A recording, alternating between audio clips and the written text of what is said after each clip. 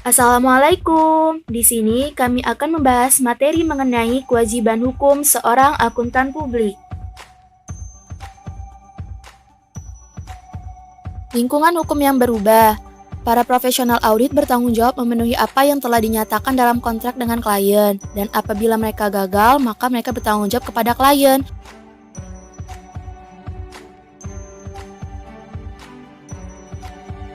Adapun faktor-faktor penyebab utama perubahan lingkungan hukum, yang pertama, meningkatnya kesadaran para pemakai laporan mengenai tanggung jawab akuntan publik.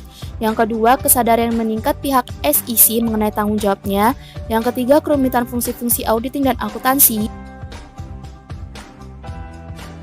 Yang keempat, kecenderungan masyarakat menerima tuntutan pihak yang dirugikan. Yang kelima, resesi global dan masa ekonomi yang sulit. Yang keenam, keputusan pengadilan menyangkut ganti rugi yang besar pada beberapa kasus melawan akuntan publik. Yang ketujuh, banyak kantor akuntan publik lebih memilih menyelesaikan masalah hukum di luar pengadilan. Serta yang kedelapan, kesulitan dihadapi hakim dan juri dalam memahami serta menginterpretasikan masalah akuntansi dan auditing. Penyebab utama tuntutan hukum kepada KAP ialah kurangnya pemahaman para pemakai laporan keuangan terhadap perbedaan tiga hal ini. Yang pertama ialah kegagalan bisnis, biasanya terjadi karena keadaan resesi, keputusan manajemen yang buruk, dan persaingan tak terduga. Yang kedua ialah kegagalan audit, di mana auditor tidak memenuhi standar audit dan gagal menemukan salah saji yang material. Yang ketiga ialah resiko audit, di mana kesalahan dapat terjadi karena kecurangan manajemen perusahaan. Yang pertama, konsep orang yang bijak, di mana auditor wajib melakukan audit secara teliti. Kedua, kewajiban atas tindakan orang lain. Para pemegang saham secara bersama-sama bertanggung jawab. Ketiga, kurangnya hak komunikasi istimewa, di mana tidak boleh adanya informasi yang dirahasiakan. Syarat-syarat hukum yang mempengaruhi kewajiban akuntan publik. Pertama, syarat yang berkaitan dengan kelalaian dan penipuan. Ada kelalaian berskala kecil, kelalaian berskala besar, serta penipuan yang dilakukan secara sengaja maupun tidak sengaja. Kedua, syarat yang berkaitan dengan hukum kontrak. Ada tentang pelanggaran kontrak, yang dimana terjadi kegagalan dari satu atau kedua pihak yang terlibat dalam kontrak. Lalu ada manfaat pihak ketiga, di mana pihak ketiga yang tidak terlibat kontrak mempunyai hak serta manfaat tertentu. Dan yang ketiga, syarat-syarat lain.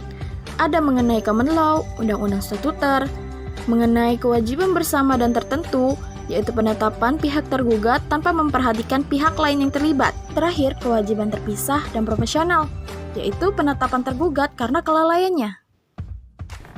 Sumber-sumber utama kewajiban hukum. Yang pertama, kewajiban pada klien. Sumber tuntutan yang paling umum adalah dari klien. Kantor akuntan publik biasanya menggunakan 4 pembelaan bila ada tuntutan hukum oleh klien. Yang kedua, kewajiban terhadap pihak ketiga menurut common law. Pihak ketiga yang dimaksud meliputi pemegang saham, pemasok, bankir, kreditor, serta pelanggan. Yang ketiga, kewajiban sipil menurut Undang-Undang Sekuritas Federal. Peningkatan paling pesat adalah proses litigasi kewajiban akuntan publik, adalah yang diatur menurut Undang-Undang Sekuritas Federal. Yang keempat, kewajiban kriminal. Akuntan publik dapat disalahkan karena tindakan kriminal menurut federal ataupun negara bagian. Respon profesi terhadap kewajiban hukum.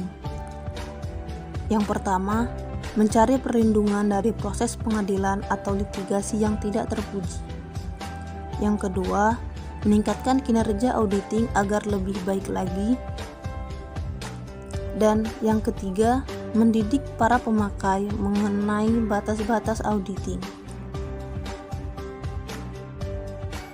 Seorang auditor juga dapat mengambil tindakan tertentu untuk meminimalkan kewajibannya. Yang pertama, hanya berurusan dengan klien yang memiliki integritas. Yang kedua, mempertahankan independensi. Yang ketiga, memahami bisnis klien. Yang keempat, melaksanakan audit yang bermutu. Yang kelima, mendokumentasikan pekerjaan secara layak. Serta yang keenam, mengungkapkan skeptisme profesional. Baiklah teman-teman, sekian materi dari kami. Terima kasih.